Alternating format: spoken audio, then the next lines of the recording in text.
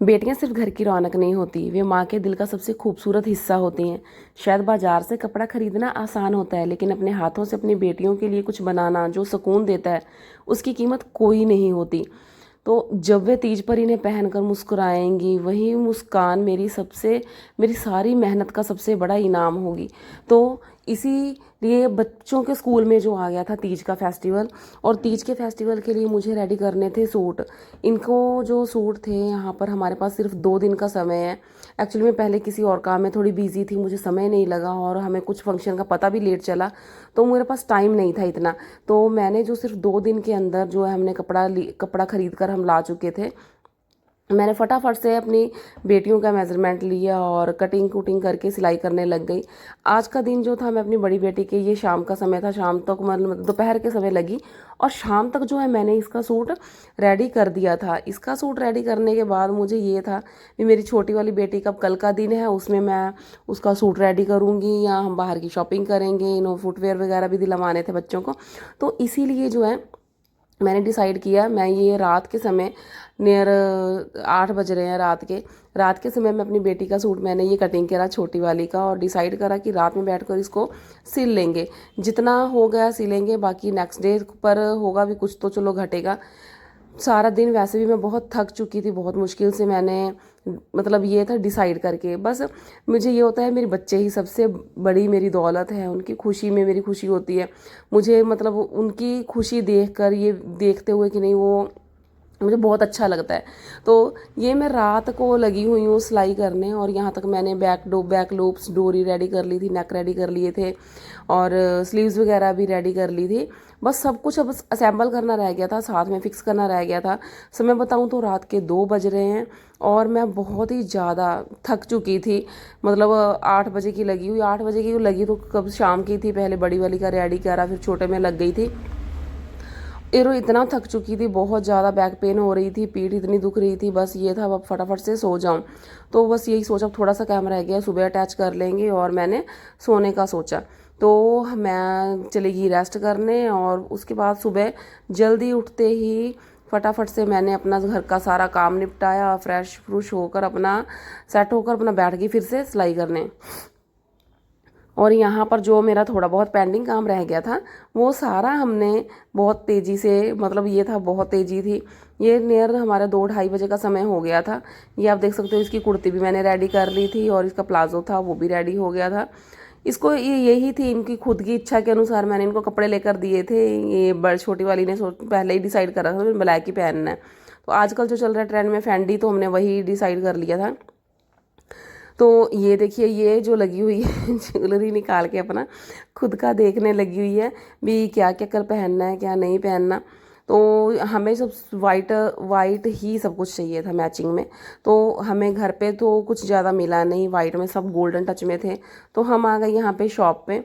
यहाँ पर हमारे एरिया में एक ही शॉप है, तो यहाँ पर हर तरह की वैरायटी मिल जाती है। तो आप देख सकते हो सारे परांदे पुरांदे यहाँ पर गोल्डन ही लगे हुए थे, वैरायटी तो बहुत थी। लेकिन यहाँ पर हमें कुछ क्या, हमने बैंगल्स देखी, परांदे देखे, और एयरिंग वगैरह देखे, तो वाइट टच में हमें कुछ भी नहीं मिला। मोतियों में हमें वो भी नहीं मिला। परांदा एक था वाइट में, बहुत हल्का था, वो नहीं पसंद आया। बच्चों ने थोड़े हैवी परांदे लेने थे। तो यहाँ सर हमने बैंगल्स वूंगल्स देख कर, जो हमें चाहिए थी ब्लैक बैंगल्स, तो ब्लैक बैंगल्स भी नहीं थी। वाइट तो खैर आती नहीं है, जैसे बड़ी वाली का तो अलग ही हिसाब होता है। वो बोल रही थी मुझे वाइट बैंगल्स चाहिए, तो वो भी नहीं मिला। तो हम फिर चले गए यहाँ से। यहाँ पर साथ में मेरी एक फ्रेंड की शॉप है, तो सोचा भी चलो उससे भी मिलते जाती हूँ। और यहाँ पर भी हमने जो इसे मिला, हाल चाल पूछा। और एक्चुअली ये शॉप अपनी फ्री ही कर रही है, तो इसीलिए है ना, स्टॉक वगैरह ज़्यादा नहीं रखा हुआ। तो यहाँ पर भी हमें वैरायटी नहीं मिली जैसी बेटियों की चाहिए थी। तो बस हालचाल पूछा, बात बूत की, और फिर हम चल दिए। एक और शॉप थी वहाँ पर जो है वो मेरे हस्बैंड के फ्रेंड की शॉप थी। तो कोशिश ये थी कि अब वहाँ से हमें शायद सामान मिल जाए सारा। तो हम निकल गए वहाँ पर। ये हम पहुँच गए उनकी शॉप पर।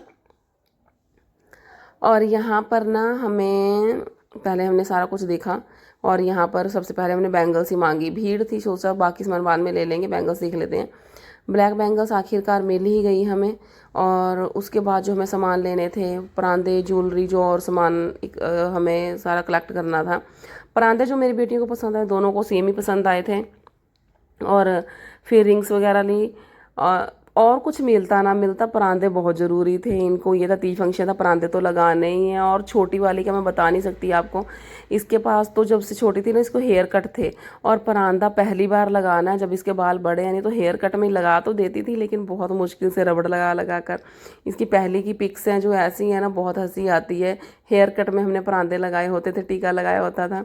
तो यहाँ पर शॉप पर हमने सारा सामान ले लिया। रास्ते में मेरा मायका था, तो वहाँ पर 5 मिनट के लिए मुझे कुछ काम था, घर से कुछ सामान उठाना था। तो सोचा अब स्पेशल आऊँगी, यहीं से लेते चलती हूँ।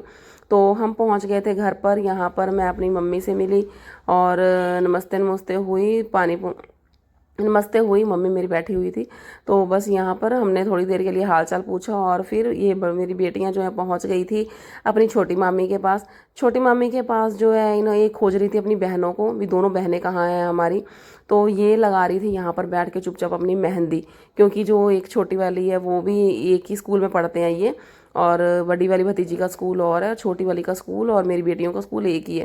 तो फंक्शन एक साथ ही था, तो ये भी लगी हुई थी अपनी तैयारियां करनी है, खाना खा रही थी। यहाँ मिली मैं अपनी छोटी भाभी के साथ। यहाँ पर भी हमने नमस्ते वगैरह की, पानी पुनी पिया। और फिर हम वहाँ से निकल गए अपने। हमने लेनी थी पंजाबी जुत्ती। और पंजाबी जुत्ती तो है ही है, भी ज़रूरी भी कह सकते हो, लेकिन हाँ पंजाबी फंक्शन है, हमारा तीज का फंक्शन है, तो पंजाबी जुत्ती तो बनती है। तो एक वाली तो हमारी सिलेक्ट हो गई थी, और जो दूसरी वाली जुत्ती थी हमारी, वो ये वाली हमने सिलेक्ट करी। ये मेरी छोटी बेटी का पैर भारी भी हैं, बड़े भी हैं, तो इसके नाप के चप्पल बहुत मुश्किल से ही मिलती हैं। तो ये भी हमें बहुत मुश्किल से मिला था। बाकी इसमें जो थे सारे नाप ख़त्म हो चुके थे। जो है ये हमने जुत्तियाँ वगैरह भी ले ली, हमारी सारी शॉपिंग हो चुकी थी। अभी भी सामान काफ़ी रहता था, लेकिन फिर हम वापस घर पे आ गए। मैं थक चुकी थी, शाम के 5:30 बज गए थे। और यहाँ पर आके ये दोनों मैडम मेरी ये लग गई थी अपनी अपनी मेहंदी लगाने, और मैं लगी थी इनके सूट की तरपाई करने वाली रहती थी। और इनके दुपट्टे में साइडों में, जैसे हमने कपड़े में से कटिंग करके दुपट्टा रेडी करा था, तो दुपट्टों की भी हमने साइड में सिलाई वगैरह लगानी थी। बहुत ज़्यादा थक चुके थे, मैं बहुत ज़्यादा थक चुकी थी। और लेकिन फिर भी जब इनको देख रही थी, मेहंदी लगा रही हैं, अपनी ज्वेलरी देख रही हैं और अपनी तैयारियां कर रही हैं, मुझे बहुत ज़्यादा देख के इनको खुशी भी मिल रही थी। और इनकी खुशी को देखकर मेरी थकान सारी मिट गई। और मैं भी हंसी खुशी लगी हुई थी अपने बच्चों की तैयारियों के लिए, क्योंकि साल में एक बार फंक्शन आता है स्कूल में, जो बच्चों ने अपने फ्रेंड्स के साथ सेलिब्रेट करना होता है। मेरी बेटी ने कुछ इस तरह की ड्रेस बोली थी रेडी करने के लिए, बड़ी वाली ने। तो कुछ कोशिश करते हुए मैंने ट्राई तो किया है। तो और इसके जिस हिसाब से डिमांड थी, भी लेंथ कम हो, प्लाजो ए लाइन हो, वही सारा कुछ मैंने कवर करने की कोशिश करी थी। और ये बहुत खुश थी अपनी ड्रेस को देखकर, इनको अच्छा भी लगा। और फाइनली ये रात के 11 बज रहे हैं। मैंने इनको आयरन करके सोचा भी आयरन करके रख देते हैं, नहीं तो सुबह का कोई पता नहीं, कई बार लाइट नहीं भी होती तो सुबह आयरन के बिना मेरे कपड़े ख़राब ना लगे दिखने में। तो ये देखिए सुबह का टाइम आ गया है, इंतज़ार हमारा ख़त्म हो चुका है। और ये इतनी सुंदर लग रही थी, इतनी सुंदर लग रही थी। हमने बहुत सारी फ़ोटो ली, वीडियोज़ बनाई। और ये फाइनल लुक मैं आपको जो यहाँ पे दिखा रही हूँ, ये देखो छोटी वाली का था कितनी लहर रही है, और बहुत खुश थी दोनों। और इसके बाद जो है मैं बस यही ईश्वर से प्रार्थना करती हूँ कि हर माँ की गोद जो है खुशियों से भरी रहे, हर बेटी हमेशा हंसती मुस्कुराती रहे।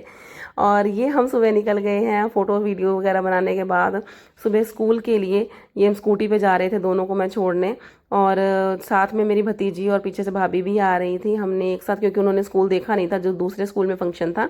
तो यहाँ पर हम ये सामने वाला स्कूल जो DGSG स्कूल है हमारे लुधियाना में है, तो इस स्कूल में जो है आराम से ये हम फंक्शन था, यहाँ पर हम पहुँच गए। बेटी ने बोला मम्मा स्कूटर पीछे ही लगा दो, यहाँ से हम चल के जाएंगे, चल के जाने में अच्छा लगता है।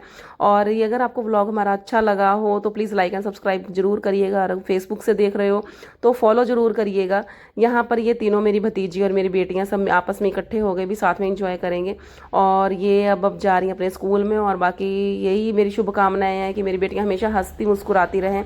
व्लॉग में बने रहने के लिए आपका बहुत बहुत